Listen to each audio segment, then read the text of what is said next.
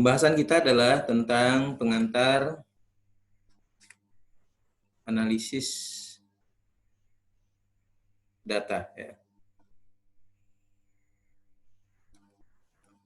Sebelum kita masuk pada analisis data atau disebut dengan pengantar analisis data ini, kegiatan pembelajaran kita berkaitan dengan fungsi analisis data, kemudian tujuan dan kedalaman analisis data, kemudian yang berikutnya adalah langkah-langkah analisis data. Sekarang fungsi analisis data. Tentu ketika kita mulai belajar tentang analisis data, Anda akan bertanya, apa saja sih fungsi dari analisis data? Apakah data ini akan diolah? Kemudian apakah data ini dianalisis kemudian untuk disajikan? Kemudian analisis data ini digunakan untuk mengolah data. Tentu ketika kita membicarakan analisis data, yang kita bicarakan adalah berkaitan dengan data itu sendiri. Ya, karena data itu ada kaitannya dengan penelitian. Ya. Data itu berkaitan dengan penelitian yang kita lakukan. Jadi ketika kita akan melakukan penelitian, maka di situ sebenarnya kita akan mengumpulkan bukti-bukti. Tentu bukti yang kita kumpulkan adalah berupa data. Ya, data itu tidak akan mempunyai makna kalau dia hanya kumpulan angka-angka atau kumpulan informasi-informasi. Tetapi data itu dapat berguna apabila data itu diberikan arti atau makna. Ya. Tujuannya adalah bahwa arti dan makna data yang kita kumpulkan dalam rangka untuk memecahkan masalah.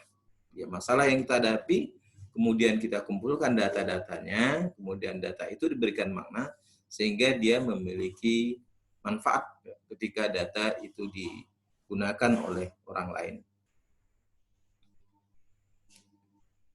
Kemudian, di dalam data itu sendiri, harus dapat bermanfaat bagi kepentingan penelitian itu sendiri dalam rangka memecahkan masalah, yaitu masalah penelitian. Kemudian data itu dapat kita berikan makna, sehingga makna yang diberikan dalam data itu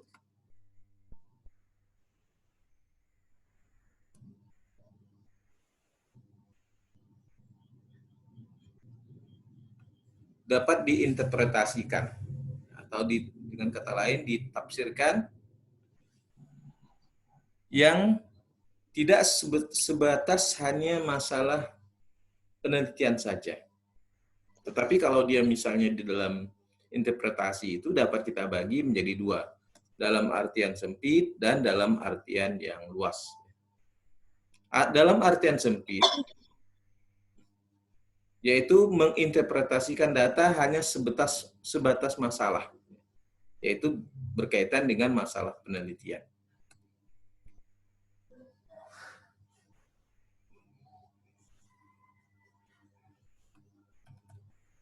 Karena itu,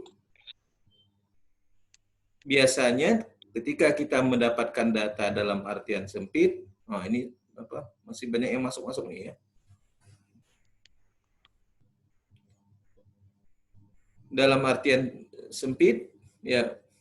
Jadi mohon maaf ini agak terganggu sedikit ya. Ini baru masuk ini. Bisa Junianti ya. Menginterpretasikan data hanya sebatas tadi untuk penelitian. Jadi sifatnya adalah bersifat deskripsi atau menjelaskan saja.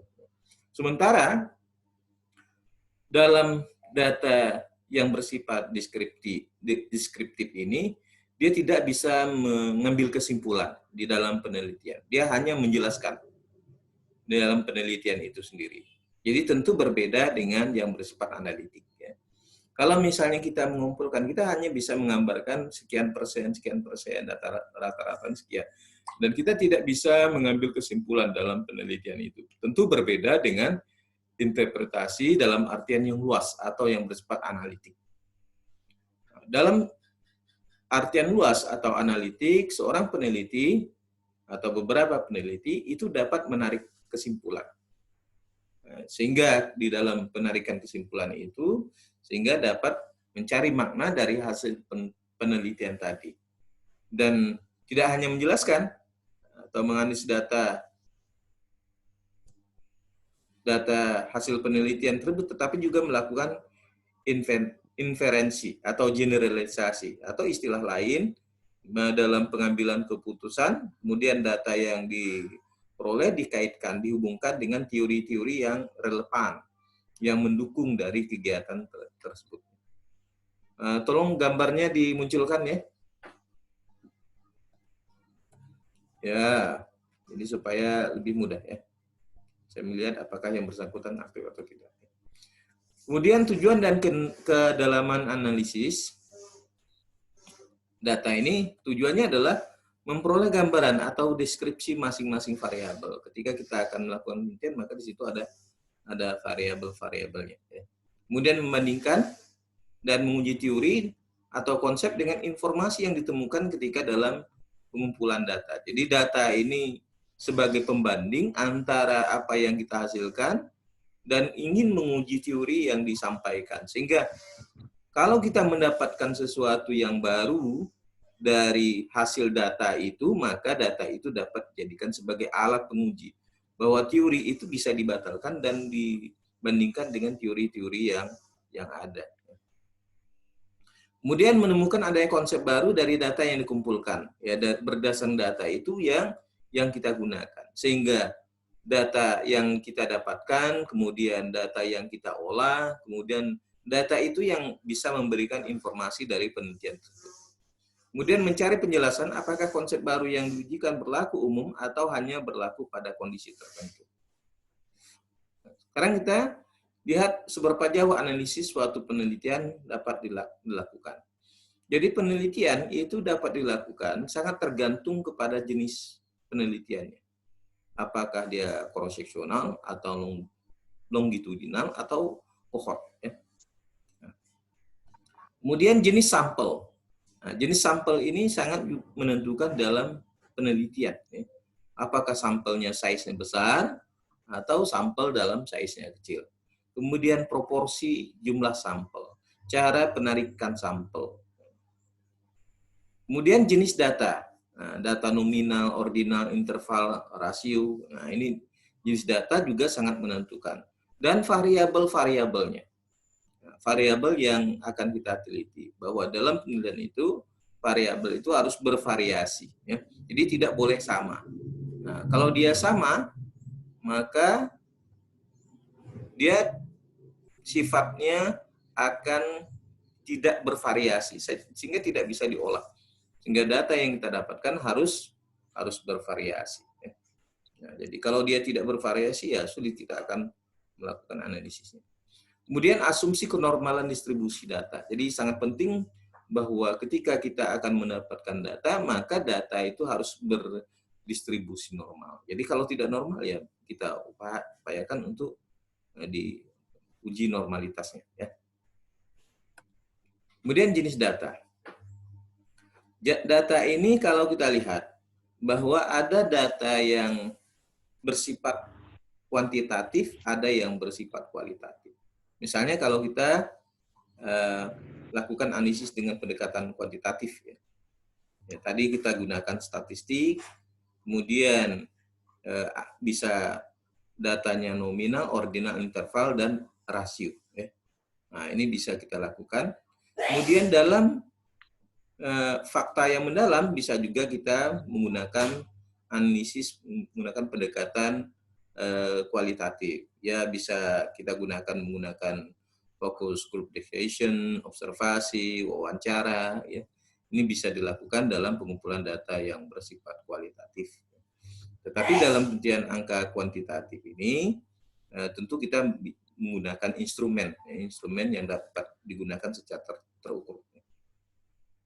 Kemudian jenis sampel. Ya, analisis sangat tergantung pada sampel yang, ya, misalnya kalau kita lihat ada sampel independen dan dependen. Ya, ini juga berkaitan dengan variabelnya. Misalnya antara pre dan post, ya, sebelum dan sudah perlakuan. Ya, itu tentu sampelnya lebih kecil. Itu biasanya minimal 30. Ya.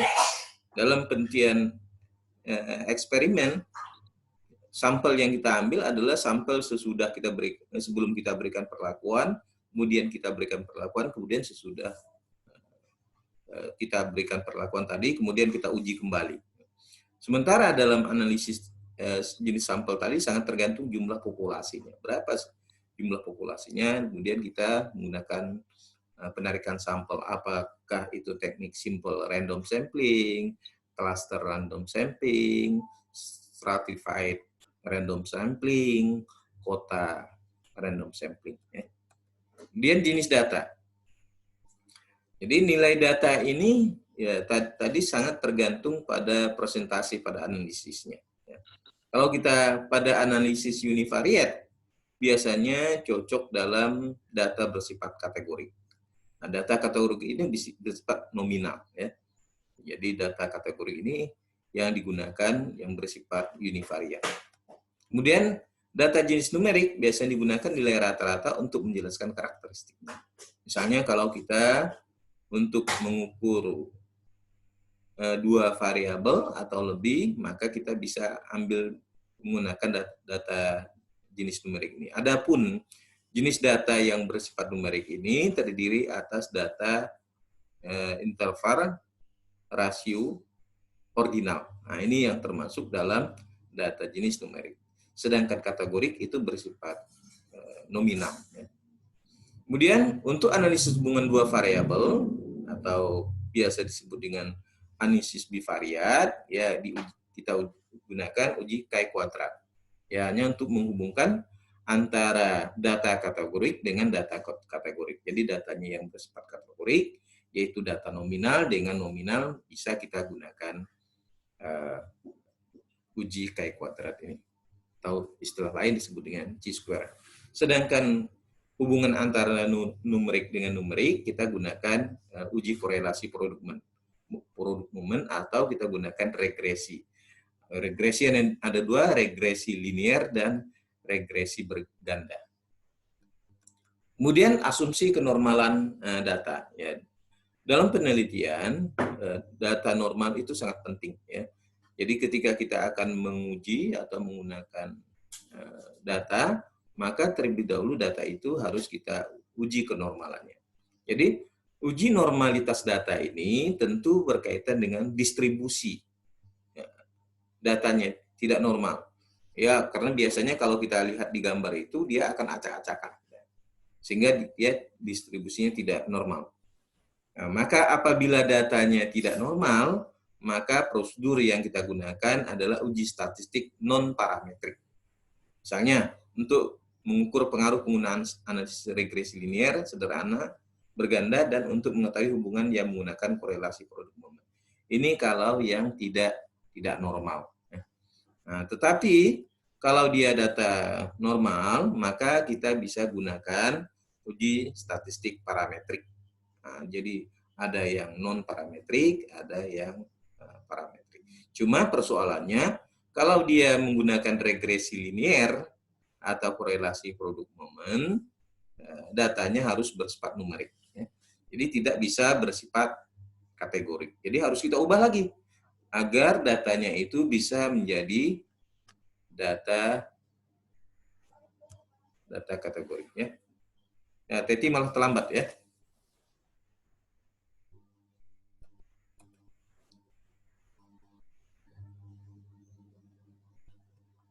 Kemudian langkah-langkahnya, ya, langkah-langkah analisis data. Yang pertama adalah analisis deskriptif atau univariable. Ya. Jadi dia hanya untuk menggambarkan data yang bersifat median, mean, standar deviasi, interquartile rank, dan minimal dan maksimal. Nah, ini yang biasa digunakan. Ya. Nah, jadi ini yang bersifat univariate. Nah, biasanya diwujudkan dengan tabel frekuensi. Ya. Nah, kemudian analisis analitik bivariabel. Ini digunakan untuk mengetahui hubungan dua variabel dengan menggunakan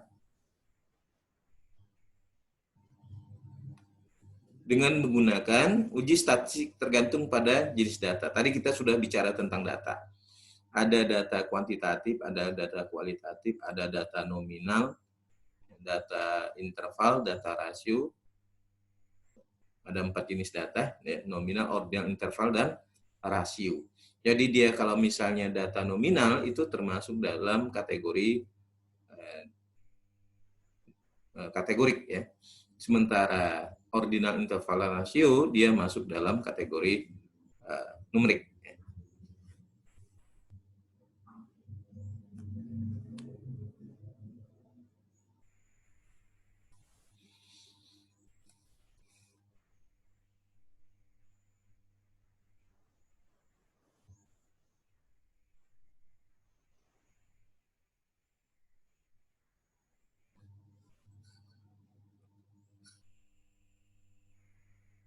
Kemudian kita lanjutkan karena banyak yang baru masuk ini.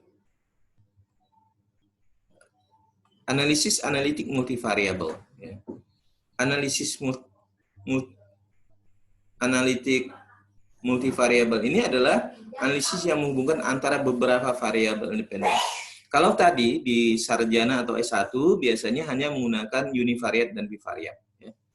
Jadi menghubungkan antara data, mendeskripsikan data univariat, tadi mean, median, rata-rata, maksimal, minimal gitu ya, itu biasanya digunakan dalam yang bersifat univariat. Ya. Tetapi untuk analisis analitik multivariabel ini digunakan kalau mereka yang magister atau doktorat, ya, S2 atau S3. Ini biasanya digunakan dalam analisis analitik multivariabel.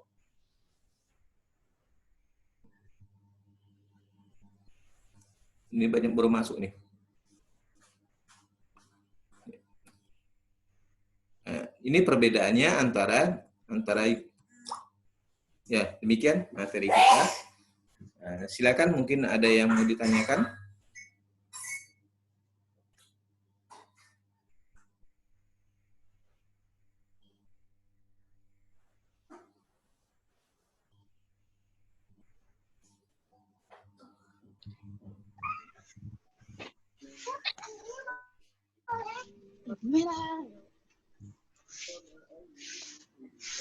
Nah, ini yang lambat-lambat 3 orang nih. Ya, baru saya masuk. Silakan. Ada yang mau ditanyakan?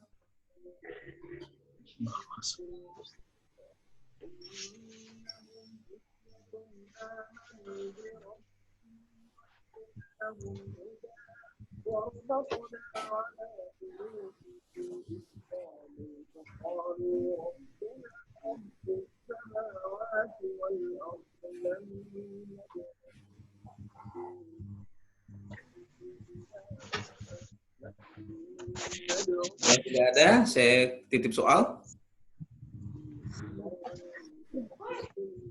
Udah selesai, woi. Ya, selesai. Karena yang lain tadi baru datang ya. Udah selesai gak, Pak? Iya, udah selesai. Udah absen ya, Pak? Yang itu baru masuk.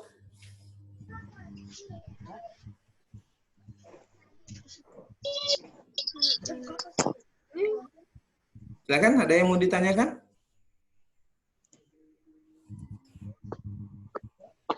Absen nggak, Pak? Ya, tanyakan dulu. Silakan, ada yang bertanya?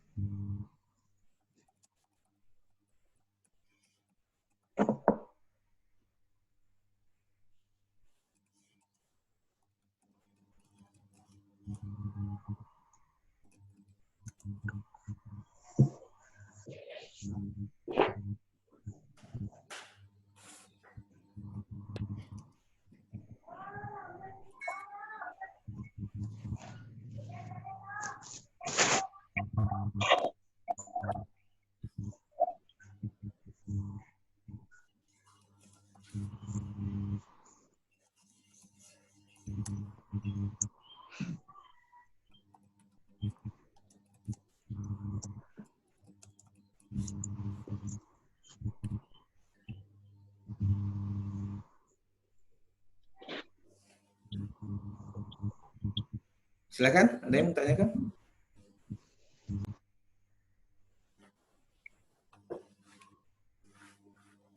Kalau tidak ada, saya kasihkan soal ya.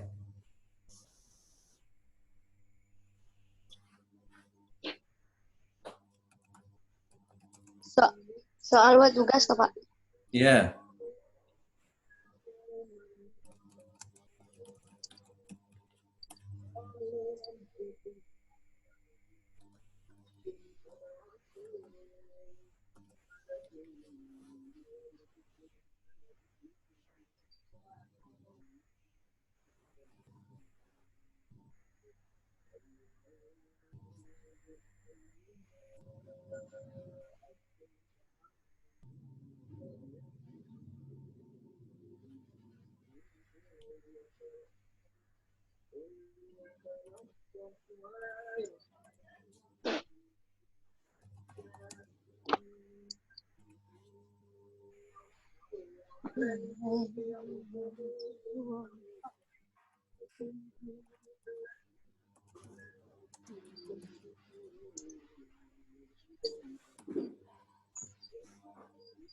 Senyum.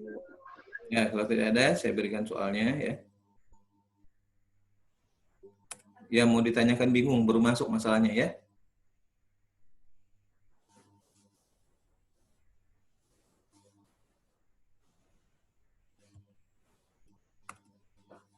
Maaf Pak, telat tadi itu mau masuk tuh nggak bisa-bisa Pak. Ya, yang lain kok bisa ya? Nggak tahu. Jaringan internetnya Pak, soalnya di kampung.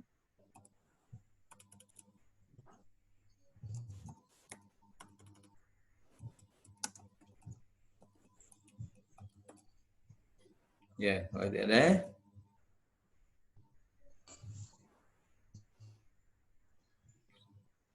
Sekarang saya kasihkan soal ya.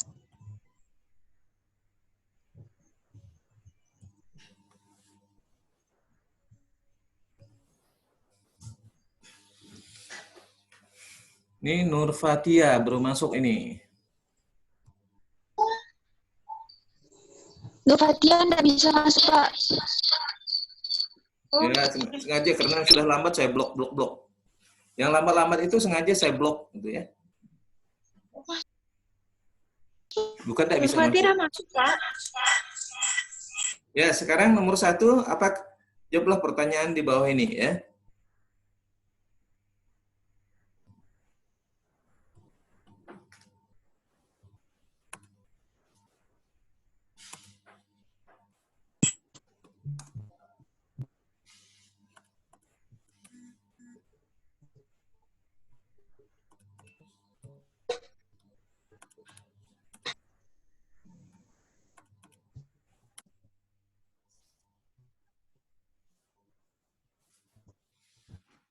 Apakah yang membedakan antara analisis univariat, bivariat, dan multivariat?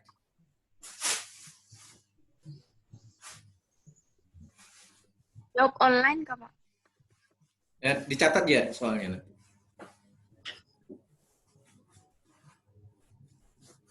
Ya, dijawab, dicatat dulu soalnya, nanti dikerjakan. Oke, Pak. Oke Pak.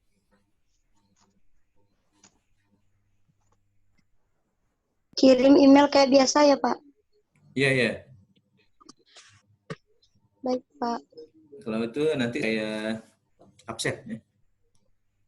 Kirim materi nanti, Pak. Ya, jawab dulu ya, jawab dulu. Ya, kalau yang dikirim materi nanti yang banyak yang tidak masuk nanti. Pakai PDF, Pak. Iya, PDF. Pak. Ya, Pak. Jawabannya Terakhir mengumpulkan kapan, Pak? Hari Selasa lah ya. baik, Selasa. Pak. Nah, Selasa malam. Selasa. Ya, Selasa. Besok. Besok, Pak. Hmm? Besok dong, Pak, Selasa. Iya kah? Iya. Iya, besok Selasa, Bapak. Senin, Pak.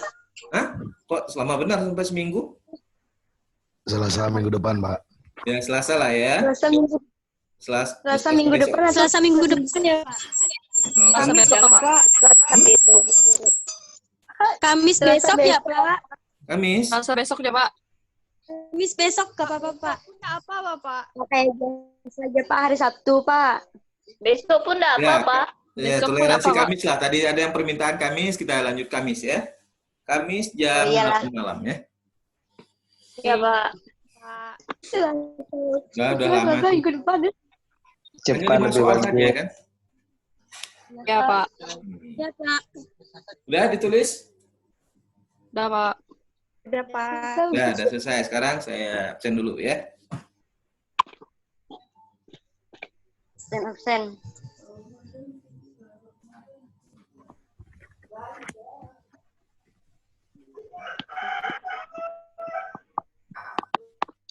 Ya Allah, Bibi. Ini pertemuan keempat ya? Tanggal 6 ya.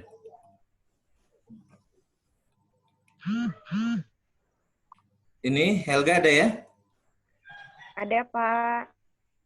Hadir.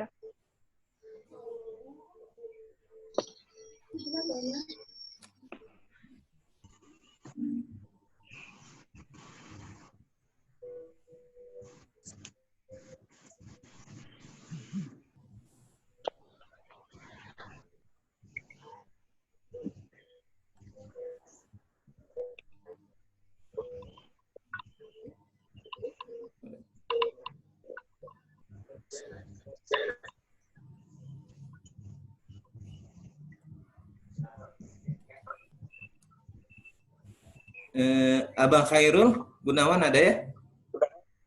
Ada, Pak. Hadir.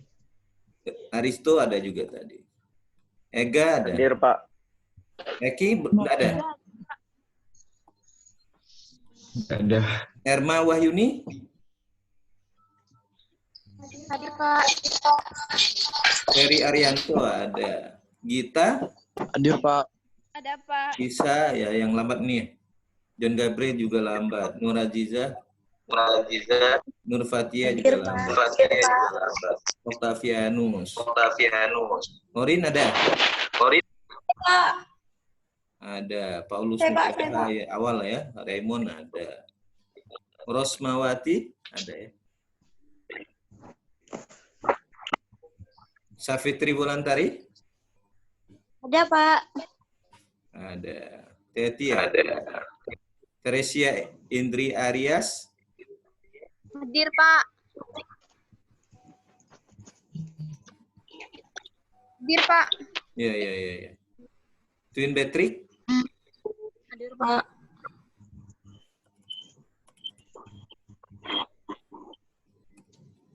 Widya Utami ada. Rutin ada ya, yang lambat ya. Yores ada? Nggak ada kayaknya, Pak. Masih tidur ya? Iya, Pak. Masih Gita tidur. Nova, Ada, Pak. Yunilia ada. Bis ya? Ya, jadi dikerjakan hari Kamis saya tunggu ya. Demikian. Pak, Tati Wahyuni, Pak. Teti Wahyuni udah. Udah nih, ada. Yang lambat tadi kan? Ya, terima kasih atas perhatian Anda. Selamat pagi. Assalamualaikum warahmatullahi wabarakatuh. Ya. Waalaikumsalam warahmatullahi wabarakatuh.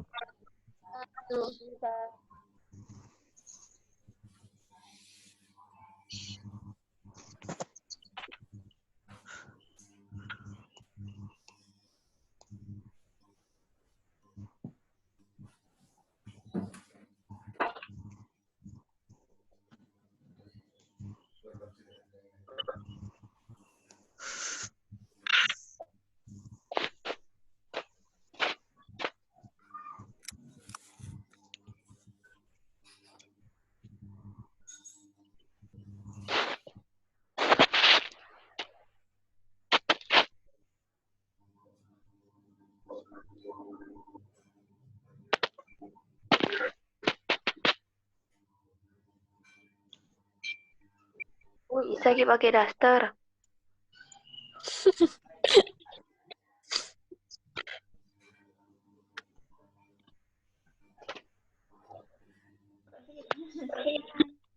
Bapak ada keluar mungkin.